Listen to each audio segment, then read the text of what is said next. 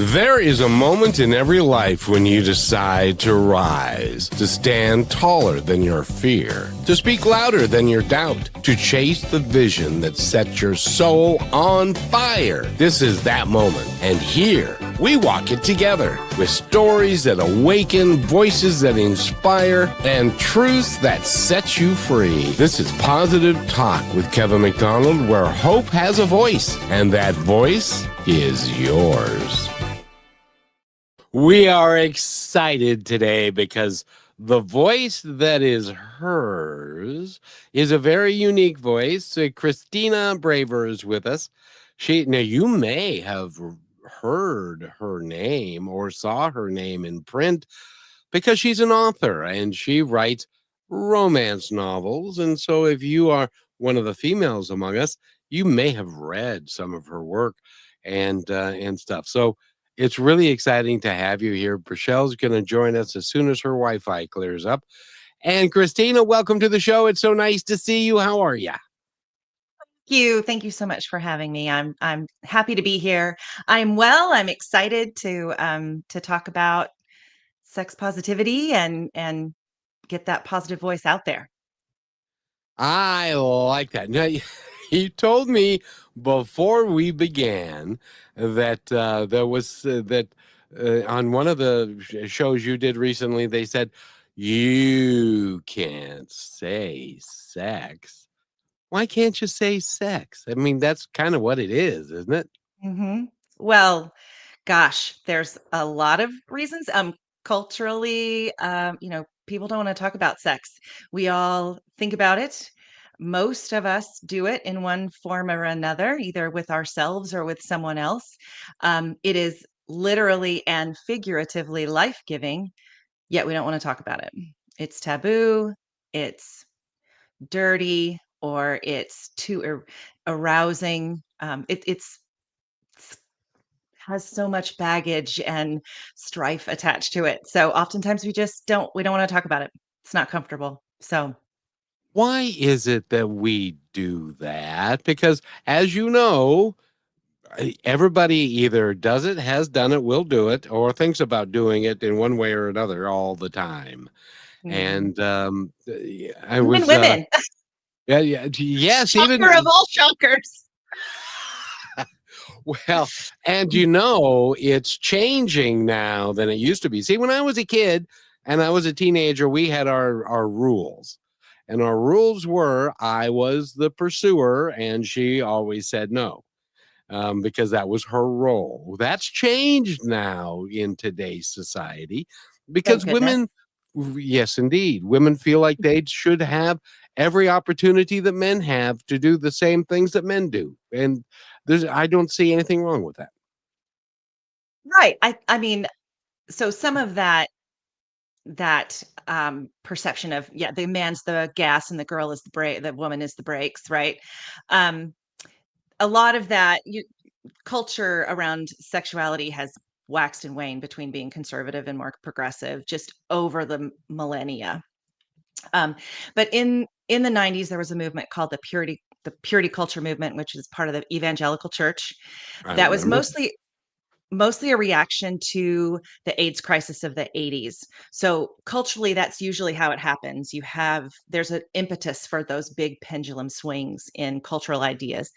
So in the 90s, this became very popular, this idea of purity culture. It was waiting to have sex until you were married, which is a perfectly fine idea. If that's something that appeals to you, awesome.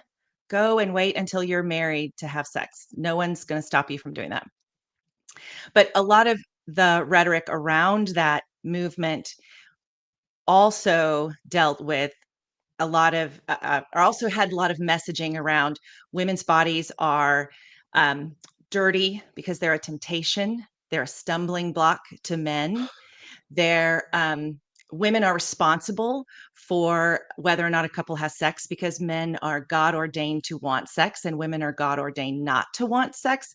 Therefore, if a couple has sex, it's the woman's fault. Um, a woman who has had sex, a person, although it was largely, I think, aimed towards women, but a person who has sex with multiple people is like a piece of a chewed gum or a piece of tape that has been stuck on various shirts. You take a piece of sticky tape and you put it on 4 or 5 different shirts. And then what happens to that tape? It loses its stickiness. It loses its purpose. It loses its reason for being in the world. Those messages are severe. And so it had a lot of impact on that generation. We're finding therapists are reporting a lot of 30 and 40-year-olds and 20-year-olds to, struggling with sex and sexuality because growing up in this culture, even though they're in a committed relationship, struggling with orgasm, both men and women struggling with orgasm, disorders like vulvodynia, which is a pain around the unexplained pain around the opening of the vagina that prevents pleasurable intercourse. So lots of problems, lots of struggles came out of that. So this idea that the man is the gas and the woman is the brakes. I'm glad that that is changing. It's creating some conversations that are sometimes challenging, but I'm glad that it's changing. It's a good thing. If you were around then and it became a thing, there were actually contracts that were signed by young people to their parents and to the church and others that would say, "Oh no, I'm not going to." Well, the reason that they don't do that anymore is it became an abject failure. True. Studies show that the only thing that the absence of sex education prevents, it prevents healthy sex, it prevents safe sex, it prevents pleasurable sex. It does not prevent sex. Um, to say to people, we're going to put rules around this thing that is part of who you are, part of who you were created to be. We're going to put rules and standards around that. Of course, I mean, what is it? Jurassic Park, nature finds a way. Uh, nature finds a way, and it's not going to work, I don't think, ever. So Well, I subscribe to the Gospel according to Whoopi Goldberg, let's hear it. which is kids are going to do it because it feels good. And so that's just the nature of the human animal that we are. And we Mm-hmm. tend to forget that not only are we a spiritual being, but we also have a physical side to us. And there are Right. um, hormones and there are drivers that cause us to want to do. There is a reason why most men find an attractive woman a very attractive woman. And one of the things that they go to is, I wonder if she wants to, have sex with me and and stuff. But Or I would like to have sex with her, and yes, women are women also have those thoughts in a different, maybe in a little different way, but women's sex drive can be just as powerful as men's. There's cultural reasons why that's not okay. Women are not supposed to like sex culturally. Men who like sex and enjoy sex are studs, is the old language, and women who like sex and enjoy sex are sluts. And those that ideology um, is pervasive, whether we still say it. It's in the culture. It was just the show Sex in the City. One of the reasons that Sex in the City was so popular in the 90s is that it showcased a woman who was comfortable with her sexuality, aggressive and assertive in her sexuality, and that was the first time that had happened. That was the first time that women were claiming their sexuality and owning it and going out there and enjoying it. And that was a new concept, just in the 90s. So and I don't know if anybody remembers Murphy Brown, but yes. Murphy Brown and Rochelle, this is before your time. By the way, first of all, Rochelle, welcome to the show. How are you? Hey, thanks. I'm great. I don't know what I just came into. Just kidding. Yes, I do. Um, this is a powerful conversation. for many, many reasons. But continue what you were saying because I've already got some questions I'm storing. Yeah, yes, indeed. Well, Murphy Brown was a character on a television show that was a single woman who then got pregnant. And the vice president of the United States at the time um, said, that's a horrible, horrible thing, and that should not be allowed on television. But you know what? Single women did get pregnant. They still get pregnant, and they will always get pregnant. That's just kind of the way it works. And so hopefully that we are changing in the work that you're doing with the books that you're writing and the romantic nature of them from your perspective and mine, I think is very helpful to society because sex education. Okay, my 90-year-old mother used to say, "You don't need to teach people about sex." And I said, "But mom, they will experiment, and that's how unwanted pregnancies happen." And she said, "Well, they just need to not do it." And it's like, okay, that is fine in your world because you're 89 and you haven't had sex in 40 years, but that's not how children. And then she admitted that. My dad looked it on and said, "Yeah, well, that's just the way it goes." But that's sex education, appropriate level sex education is very, very good for kids to learn how it all works so that they know how to avoid getting into a situation where a 14-year-old girl gets pregnant. And those things happen, don't they? Mhm. Absolutely. Yeah, absolutely. The last statistic I looked it up, the last time I looked it up was maybe 2 or 3 months ago. 12 states in the US do not require sex education to be fact-based. What are So, they what I'm sorry, I gotta I mhm, gotta ask. If it's not fact-based, what then is it based on? they want to teach ideas like abstinence. They want to teach ideas potentially that sexually transmitted diseases are punishments from a higher power, potentially. I honestly don't know. I've heard that it is the explanation for why abstinence and abstinence pushing that as a technique to avoid pregnancy. That's the way that they can say that that's the best way, and they can push that forward. And because fact-based sex education will tell us that abstinence is not it's not effective. It doesn't work. To tell people just don't do it doesn't work. And we end up in, just like you were saying, we end up in situations with teen pregnancies or sexually transmitted diseases, or we end up in situations where women don't understand consent. They don't Mm. understand that they can say no. They don't understand how to say no. We end up in situations where men don't understand consent and they push themselves somewhat innocently. They aren't predators, but because they don't know that women do have a right to say no, they become aggressive. The world says that they're the gas, the women are the brakes. We Again, just lots of bad things happen. and Rochelle, I would love for you to comment, but first, I cannot tell you how many times I've heard, "Oh, I know she said no, but she didn't mean it." Um, and Mm. Rochelle, Well, I she know did. She did. you entered this conversation a little late and stuff. So, and I'm not sure that you were expecting this conversation, but it's a good conversation to have, don't you think? Yeah, 100%, Kevin. I remember talking with you, Christina, on the 15-minute, and this is the thing is just even this hour that we spend with you is so incredibly powerful. Why are we not giving our it's like if animals didn't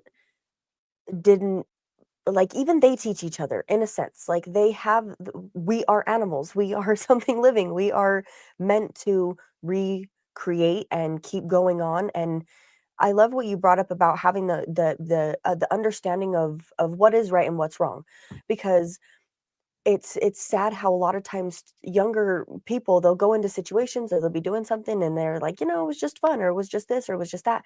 And then the world throughout the next few years of their life will be like, oh no, no, no, no. That's not what that was. That wasn't good. And so then there's, that starts its own thing. Um, I don't understand, and maybe through this break you can help me think about it, but why in God's name are we not making this one of the most critical? You cannot teach health without teaching sex education. So why even teach that, right? Like that's kind of how I'm seeing it. I would love your perspective of what you've learned, how you've been able to make sense of it.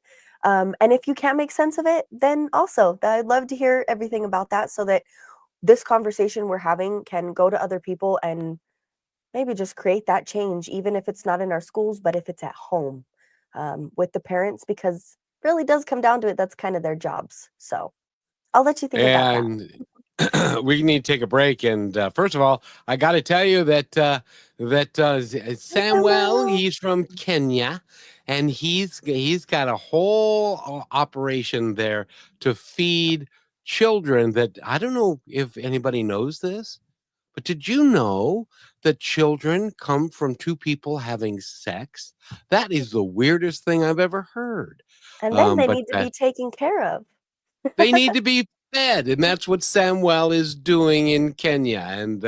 And he's a regular listener of the show, and we just love having him here. So Yes. we need to take a quick break, and we're going to come back, and we're talking to Christina Braver and Brachelle and me, and dare I say it, we're talking about sex, and we'll be right back after this message. When the game is on the line, championship teams know the game plan. They communicate and work together to win. We all need a game plan to protect ourselves online. Talk to family and friends so they know how to stay safe too. Create strong passwords, turn on multi-factor authentication, update software, and recognize and report phishing, because online safety is not something you want to fumble. Get more game-winning tips at CISA.gov/secure our world. Then share them with family and friends.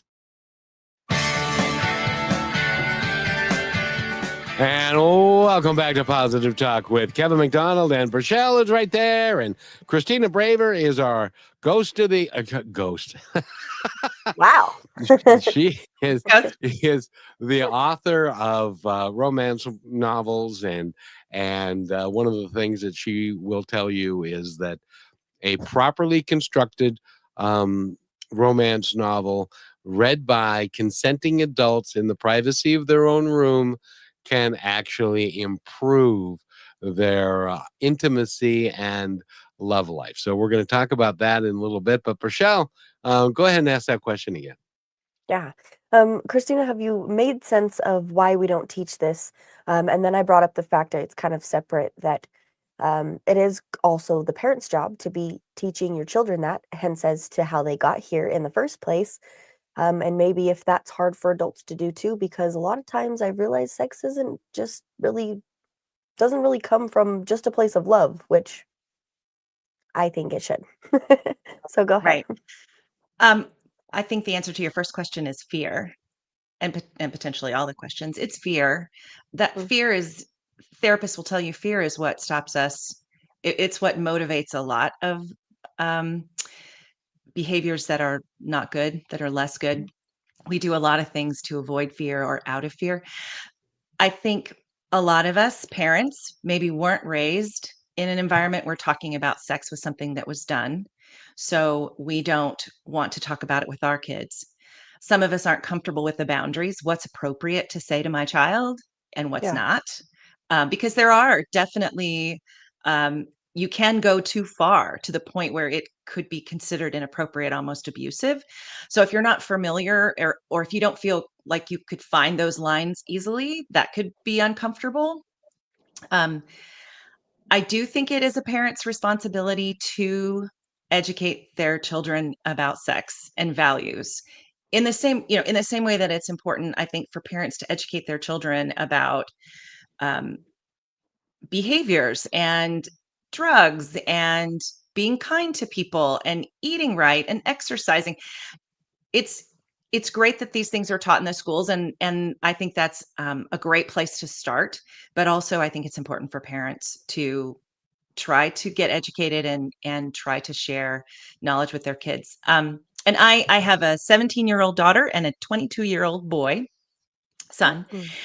and my husband and I decided early on we were going to try to raise them in a sex positive home. I mean, we didn't sit down and say, let's have a sex positive home, but we, we said we grew up in situations where we did not receive a very, very good, clear, complete sex education, and struggled through, like so many people of our generation, like so many people do. And so we were like, how can we do this? We both have backgrounds in psychology. And so, and how can we do this? And one of the things that I did, I used to call them drive-bys. The kids do not want to have, first of all, they don't want to think that their father and I ever have sex. That's just a sort of la la la la. So they don't want to know about that. So we don't talk about that.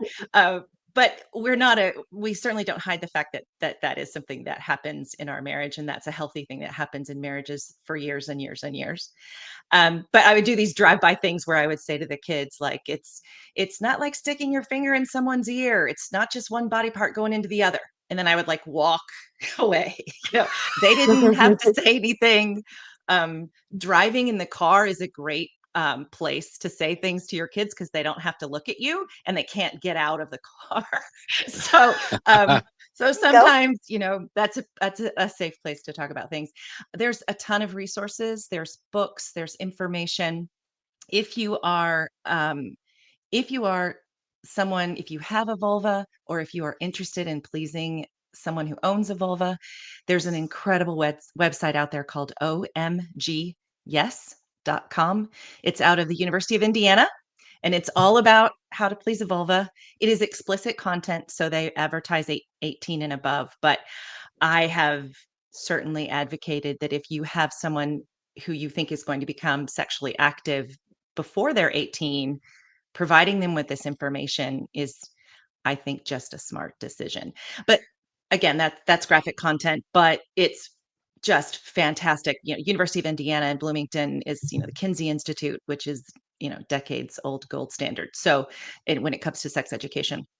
So I highly recommend omgyes.com. There's also plenty of other books. On my website, I have a resources tab that's got where I've listed some of my favorite resources. And as a parent, there's information out there, but you have to be willing to go get it. And then you have to be brave enough to say, these things, I'm open to questions. And accept the idea that your child, your soon to be adult, your young adult child, is thinking about these things. There's some parents that are like, oh no, I can't let Johnny think about that. Oh my gosh, Johnny can't be masturbating. That's the worst thing ever. And I encourage people to try to create an environment where that's normal and healthy, because it's normal and healthy.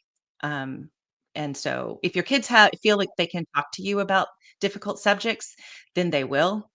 If you're uncomfortable, or you aren't open to it, or you're going to judge them or shut them down, that they just won't talk to you about it. And then they go out into the world and they get their information from other resources. I was reading about a study in England, and they were doing focus groups with young adults, I think 14 to 18.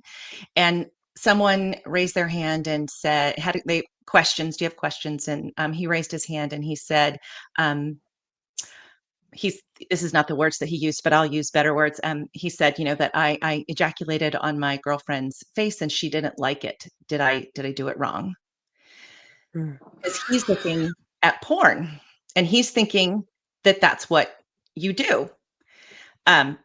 People, if they don't have good information from reliable sources, good education, they will go find information somewhere else. And if you're a parent that's comfortable with your child getting their information about sex from the internet, okay, then don't talk to them about it. But if you aren't comfortable with that, then I encourage you to, get brave and to find a way to talk about it in a healthy way. Yeah. Well, and that porn is nothing but a fantasy anyway. It's not real and stuff. And I wanted to mention this as far as parents go. When I was growing up, I had lots of girls that I went to high school with that said, I started my period for the first time and I thought I was dying, because nobody bothered to tell her that that's a normal, healthy function of the female body. and that was and so and because the parents just didn't feel comfortable talking about it, but it impacts another person's life. Yeah. Mhm. But there's information parents like when I just encourage parents to think about when their baby was a baby and they were trying to figure out how to get them to sleep. They read books about how to do it. They went online and got information about they joined parenting groups in person and online, and they did research about how to get their baby to sleep. There's research that you can do. There's people you can talk to. There's information to be gleaned. If you're not comfortable having conversations about sex with your kids, you can get educated and you can do it, but you have to do it. You have to make the effort to get educated. Well, Yeah. and from the male's point of view, teenage male, they've got a particular part of their body that has a mind of its own, and it Mhm. it functions all by itself and does and it's like, why is this doing that when I'm driving or riding on the Mhm. bus or Mhm. when and stuff like that? If you don't know what it is, then and why it's functional, and then you may think that it's dirty and Mhm. icky and stuff, and that's Right. and and I love the work that you're doing because the romance models, or the romance books that you're writing are designed to be healthy, and they're love, and they're taking care of each other and all that kind of stuff. Mhm. So, and Brichelle, I know you got a raft full of questions. No, not quite, but I am thinking about how you mentioned that because especially for boys, Kevin had said one time to me that, well, God gave them two heads, but only enough power to work one at a time. And I thought about that, like how frustrating would it be for a little boy who like has all these emotions and has all these feelings and doesn't know what's going on, doesn't know how to handle it. It comes out in other ways. But when they don't learn to understand themselves, that affects them more than in just their sexuality and all those other things too, and Mhm. then down the line brings them more things that fall into play, and then there may be Mhm. other adults that step in and they're like, what's going on with this kid and where is this coming Mhm. from? And that is all based off of things kids go through that they don't understand, that Mhm. we're there to talk to. Mhm. And a good thing that I would say too is if you find that maybe your child is a little bit closer with somebody else, has a different relationship, or they seem more comfortable talking about certain things for whatever reason, even if that's one parent or the other, a grandparent, an aunt, an uncle, a cousin, encourage them to be that too, the other kids in the family, as the adults talk about it. Because, Christina, as we've been talking about this, I've thought, okay, well, adults don't talk about this either. And when they do, it's in pretty vulgar situations or under the influence. Can It's be. not in a safe, healthy, um, educating space, Mhm. and that also needs to change for us adults. It has to start with us so we can help them. Absolutely. And Absolutely. by the way, I can't take credit for this because that's the gospel according to Robin Williams. He said that on he Great. said that on the Tonight Show when he said, God gave men two heads and only enough blood to run one at a time. Mhm. Uh, and and every woman in the audience said, "Yep, that's exactly right." And all the guys said, "I have no idea what you're talking about." Well, and that's a I whole you know, nother ballgame too, Kevin, how we understand each other, let alone ourselves. Oh, Mhm. man.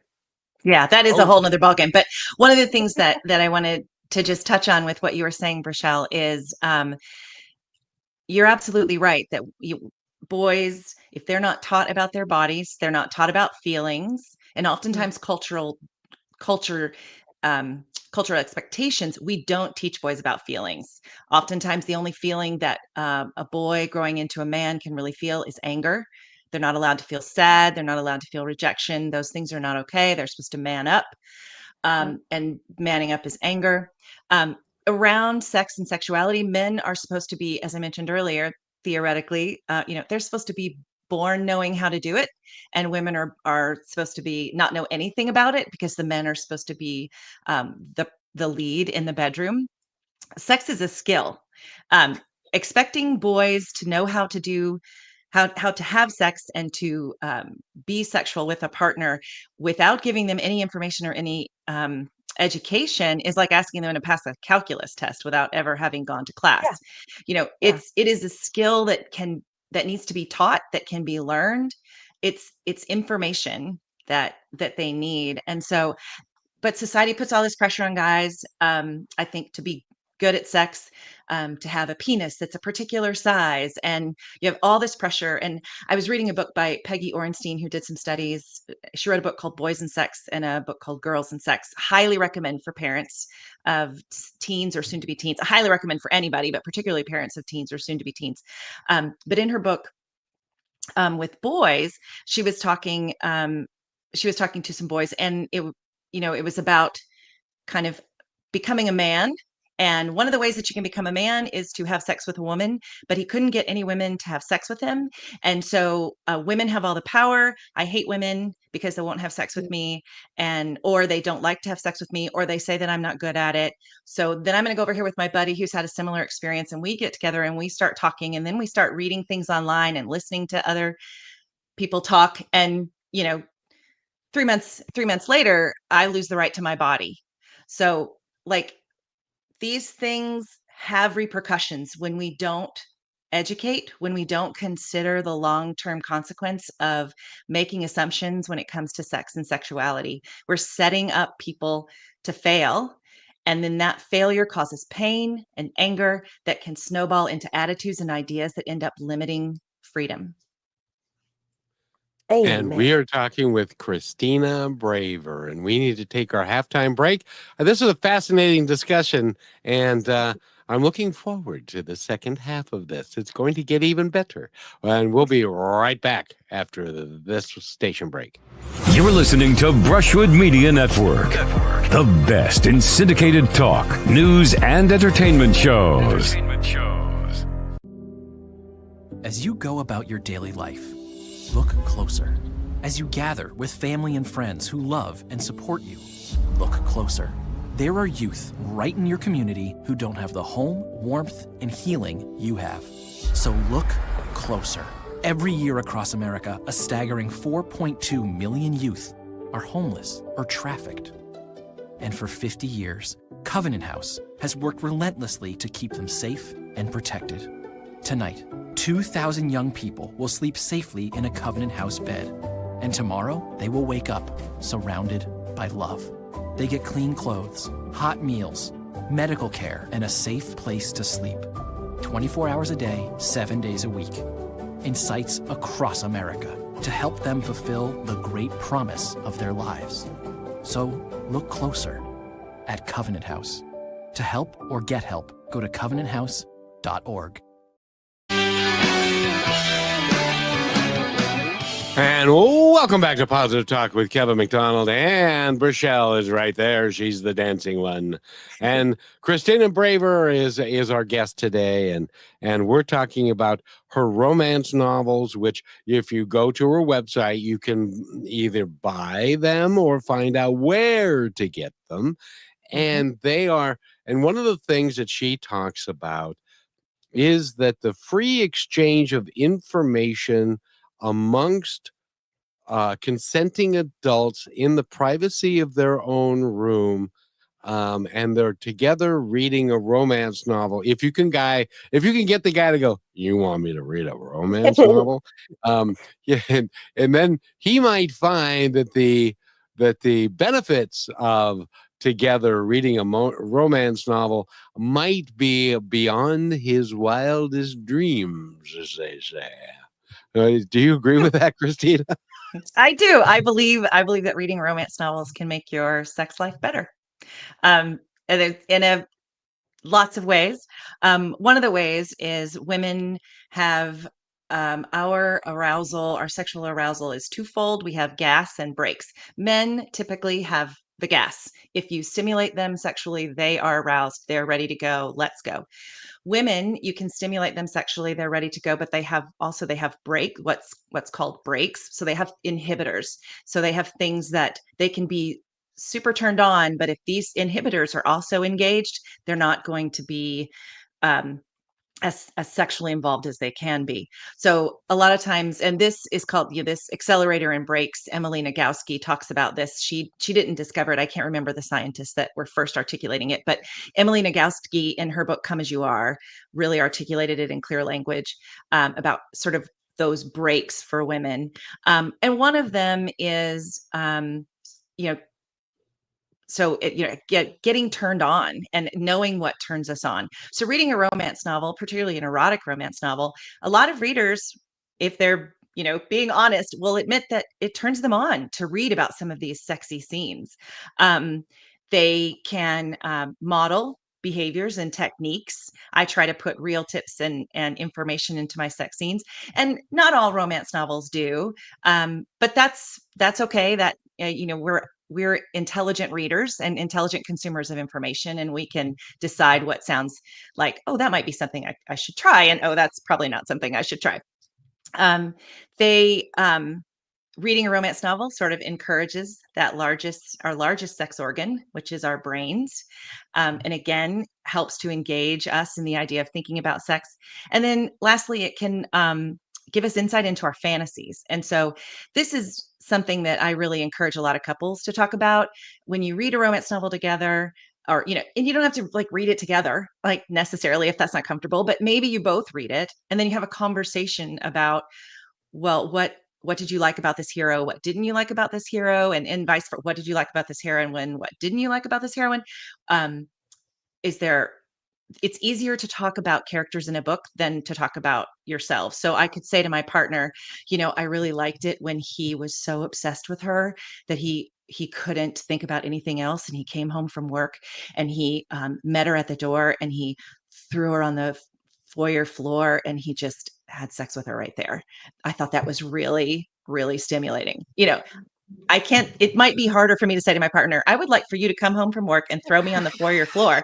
And I mean, like, right. But to say, and maybe I don't want my safe partner to come home and throw me on the foyer floor. But the idea that I was aroused by the idea of my partner being so obsessed with me that they couldn't quote unquote control themselves.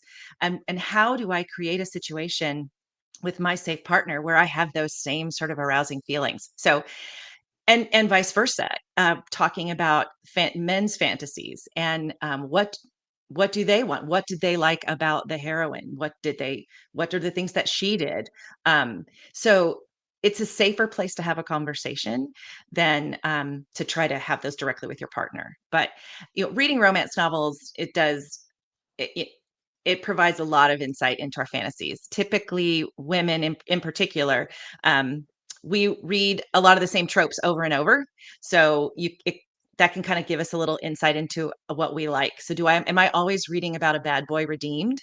Am I always reading, about a person obsessed? Am I always reading about control and BDSM? Am I always reading about power differentials? What's interesting? What do I find myself drawn to? And then kind of doing some self-search about why am I drawn to that?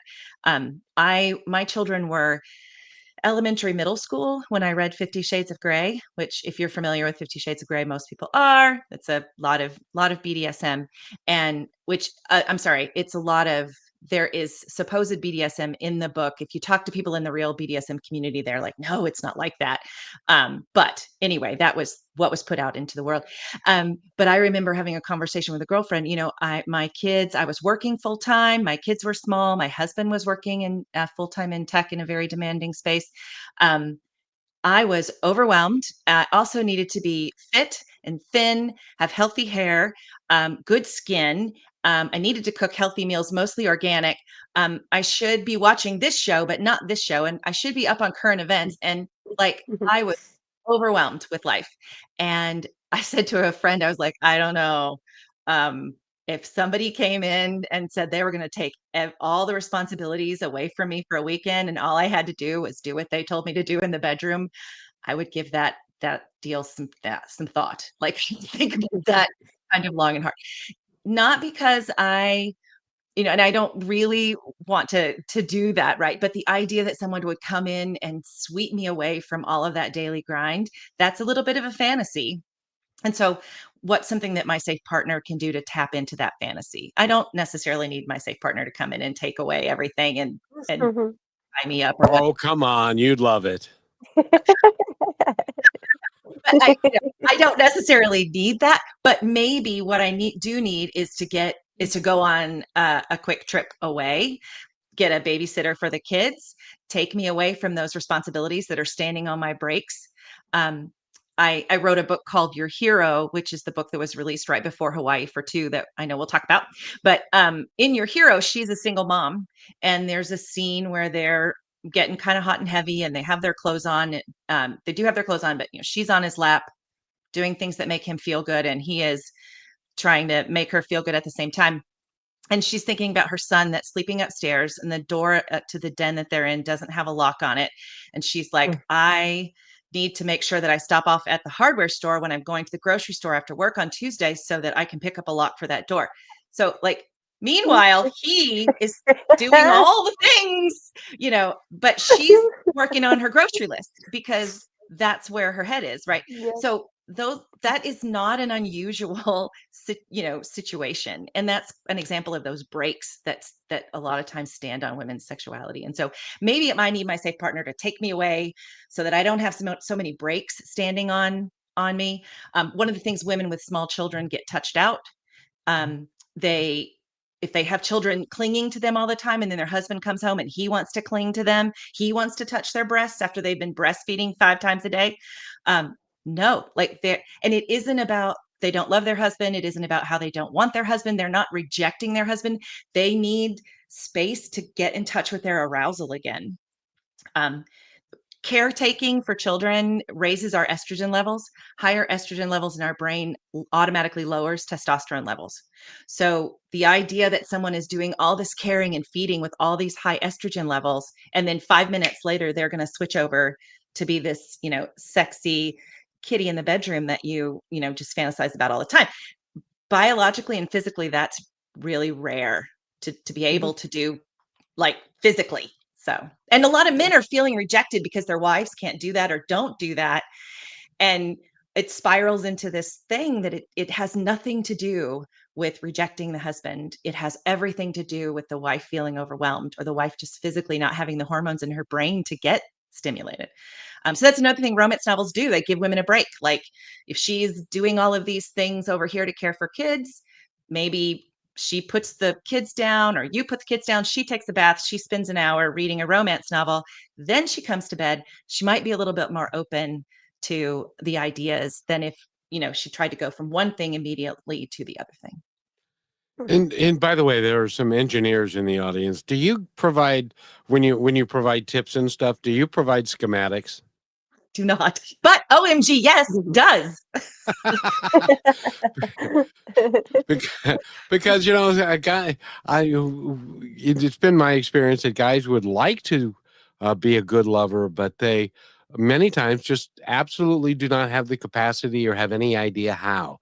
They assume that when you insert point A into point B, Into that's slot what B. it's all about. As it turns out, they're finding out that is not anywhere near where the real stimulation comes from, and especially for females. And we interviewed a gal. By the way, I don't know. Is it clitoris or is it clitoris? I don't know which one it is. I pronounce it clitoris, but I don't. I'm Potato, not potato. potato. I don't know. I don't know that it matters. I think what matters is if you know where it is and if you know how to stimulate it. That's what matters. So. Well, and the thing that she experienced in her own life was she'd had surgery, and it ended up cutting some of the nerve endings to her clitoris, and so she wasn't able to feel anything. And then she found out how it's like a spider web, how involved and how big and where all the nerve endings were that the doctor didn't even know about, for heaven's sake. It was 2005 before we finished medically mapping where the clitoris is. The clitoris is like an iceberg. It's, the tip that's visible, the little bulb that's visible on the outside is just the tip of the iceberg in so many ways. It has what's called the clitoral cura. They come down and wrap around the vagina and then can go like up the sides of the vagina, up the sides of the rectum. So those are all filled with nerve endings. Those can all be sexually stimulating. So yeah, 2005, we put a man on the moon in 1968 or something. I don't even know. And it was 2005. So we can map to the moon, but we can't map a woman's clitoris until That's 45 because years later. nobody cared at the time, or Right. Right. Well, and I Right. just have to say too, Kevin, you brought this up because there's so many things involved for a woman. One thing a man doesn't learn, this can be detrimental to your entire relationship, and you wouldn't even realize really that, or maybe want to admit to yourself it's because of sex that really had this happen. But women are so damn emotional, and guys just tend to either they're like, oh yeah, they are, and that just sucks, or it's like, oh, well, why are they like that? Because I'm not like that, and Mhm. I don't understand. And how you mentioned that women are going through other things emotionally, and that's not to say men aren't either.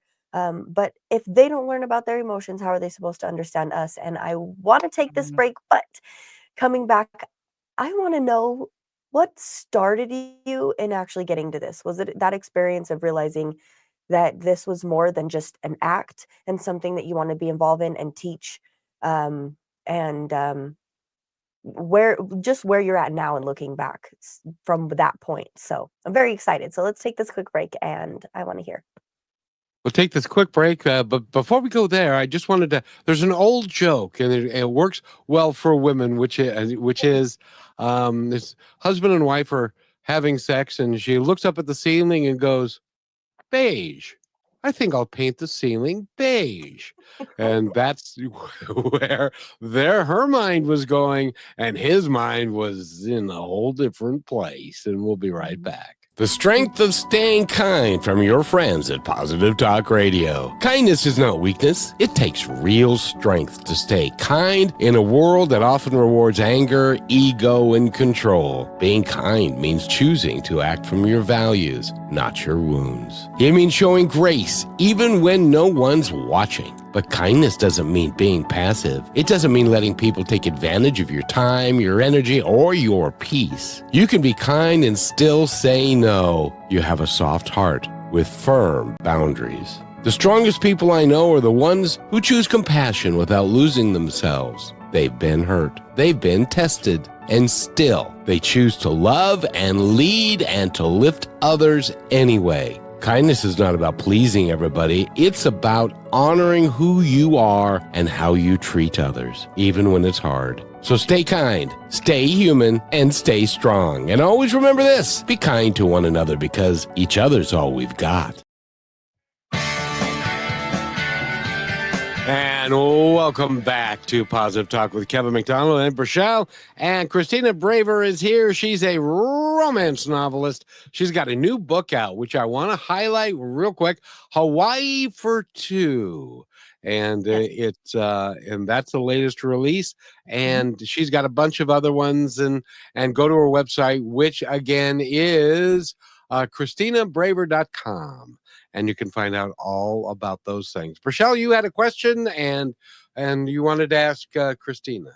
Yes, just before we leave, we probably should have started at this point if you didn't already. But what exactly was the thing that was like, hey, this is something I see purpose in, and this is what I want to be able to provide for the world?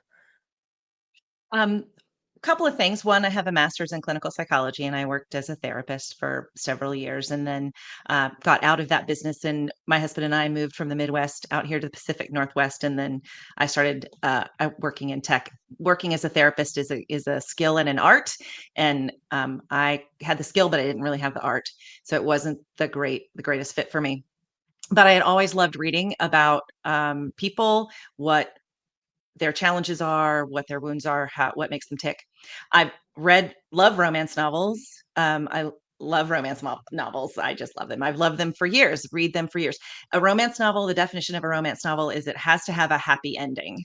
So I know that whatever trauma, horrible, bad things happen in that book, I know that the couple's going to end up okay. And life doesn't have that reward or that guarantee. And so I am finding that where I can, and romance novels are a source for that. So I grew up in the southeastern United States, very limited information about sex. I was lucky. I didn't have any bad sexual experiences growing up.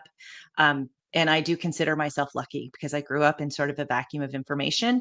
I grew up in the 80s, so I predated the purity culture, but in that space, a lot of evangelical ideas were part of that culture. And so I certainly grew up thinking that it was my responsibility to remain a virgin until I was married. And if I didn't, that I was a sinner, I was bad, all those kinds of things. So as I, learned, got my master's degree in psychology, and through that process, learning some truths, I decided that, like I said, my husband and I decided we were going to go take a different route. And so I started reading a lot about sex education, and I've just always been super interested in it. And realizing how much people are not accessing that information, or they're going to resources and getting misinformation. Romance novels, huge industry, $1.4 billion annually. Romance novels sell more, make more money than all the fiction genres put together. So that includes Harry Potter and Jack Reacher and all of that stuff put together. Romance novels sell more than any other genre put together. So it's a huge business. There's a lot of people reading romance novels, and it's an opportunity to get information out there.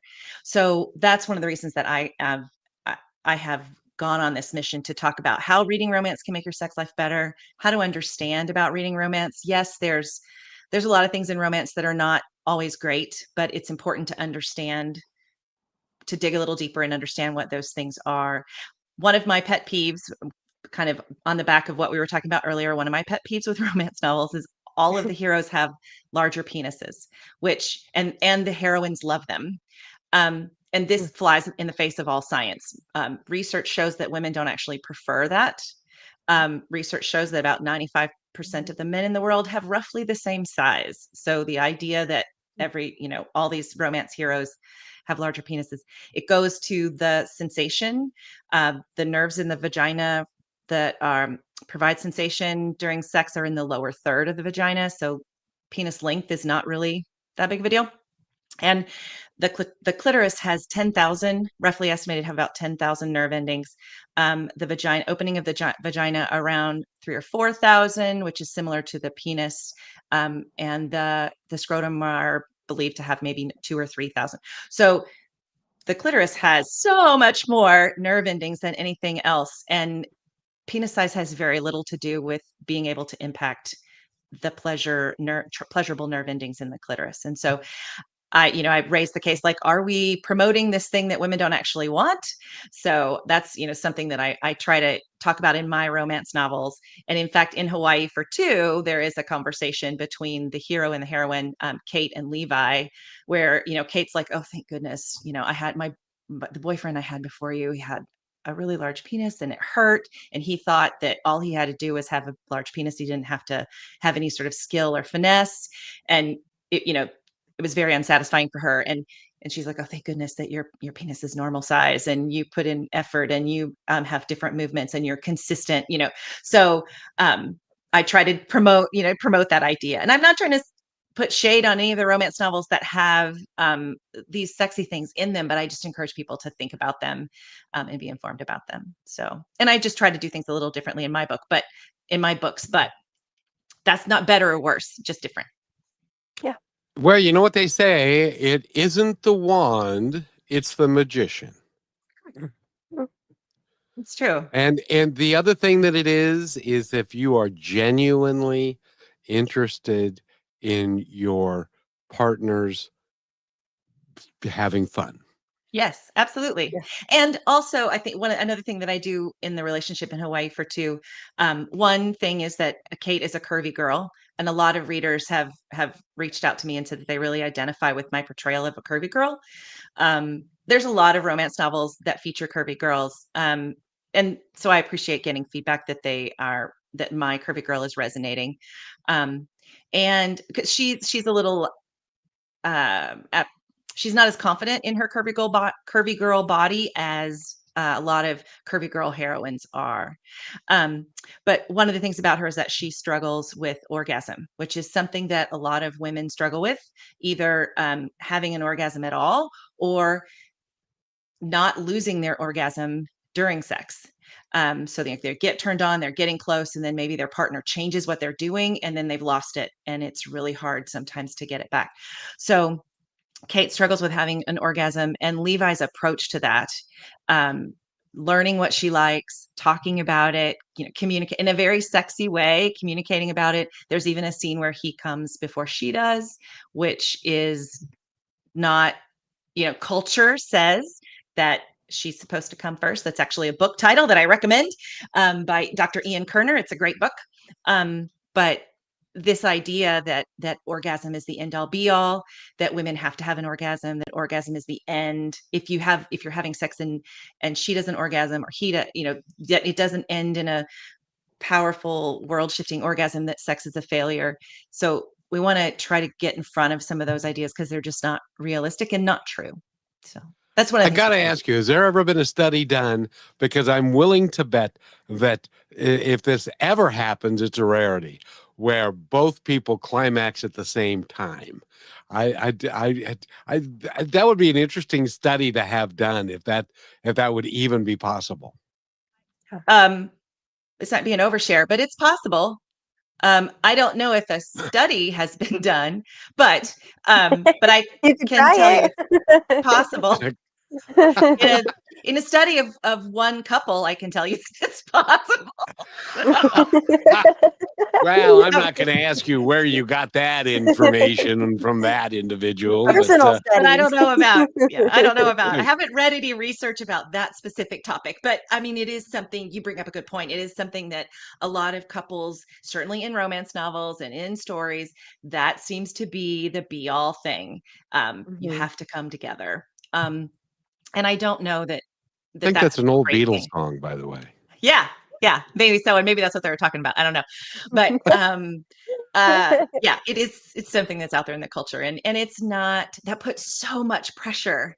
Like, imagine if you were a woman who's struggling with orgasm, and then your partner really wants you to have one, really wants you to have one when he, you got to manage, well, how turned on are you and how turned on am I? And it sort of becomes this discussion about, charts and graphs, instead of like listening to each other's bodies and just enjoying each other's bodies and each other, and making it playful and fun, instead of a test that you have to pass, or a checklist that you have to, mark off. So yeah. And speaking from a male point of view, if you're more interested in your partner's success, we'll call it, Mhm. then it ceases to be an issue about you. Then to me, that is much more satisfying, because quite frankly, I want her to be happier, because my life is so much easier if she's happier. A lot of the men that I talk to, that's what they say. And I was talking to someone actually the other day, about romance novels, and about how I think that there are a lot of men out there who want to please their partner. And she said, well, only if it's easy. And I said, you know what? I don't think so. I think there's a lot of men out there who want to please their partner. They're willing to do the work. They want to do the work. Culture tells them that they should already know, so they don't reach out. They don't know where the resources are. They're not going to go to their buddies and be like, "Hey, man, do you know how to go down on some?" They're not going to have those. They're not going to have that conversation, right? And so, Or even, that Christina, I've heard it come up where women will say, well, I don't want to teach him. And it's like, right. well, how's he supposed to know? Your How's he body's supposed to probably different learn? than the last girl. Right. Women's And bodies what are if all there had unique. been no last girl? What if Yeah, this was what it? if she didn't Yeah. exist? Absolutely. Yeah. So no, Kevin, I think you're 100% right. I think there are a lot of men out there. Now, I'm sure there's men out there who are very selfish and are only interested in their own pleasure and all the things. But Oh, yeah. I think there are more men out there who love their partners, care about their partners, even care about their partner, even if it's just a fling. They want their partner to be happy. They want their partner to enjoy it, and they want to know how to do that. And that's going to Well, make them feel good. especially if you're in an audition. And that I think happens too. I think that's one of the motivations for omgs.com was there is a real lack of information and a real need for it. So Exactly. Christina and Rochelle, and we've run out of time. I'm so sorry. Yeah. thank you for having me. This was a lovely conversation. I had a great time. I hope your audience got something out of it, and I hope that you'll, if you haven't read a romance novel, pick one up, either one of mine or someone else's, and think about it a little bit on a more deep level. And by the way, if this show made you blush, you're not as confident in yourself as you could be, because this should be matter-of-fact information. So I want to thank Christina Braver for being here. Go to our website, which is ChristinaBraver.com. Rochelle, you've been unusually quiet during the course of this show. I'm learning about romance novels, so I'm paying attention. But thank you so much for your input, Christina, for being out there doing the work that nobody else wants to do. I think it's a perfect fit for you, and we are so thankful that you came on here to share the knowledge and spread that message. Thank you for having me. What'd you think about the Be Kind spot that I play? I thought that was great. Yeah, I thought that was great. And it's a great message. A lot of time, the comment of be kind even when no one's watching. And it isn't about letting someone walk on you. It isn't about letting someone take advantage of you. So yeah, I think it's a great message and it's a perfect time to put that message out there. There's a difference between being kind and being nice. It's sexy to be kind. Ooh, very cool.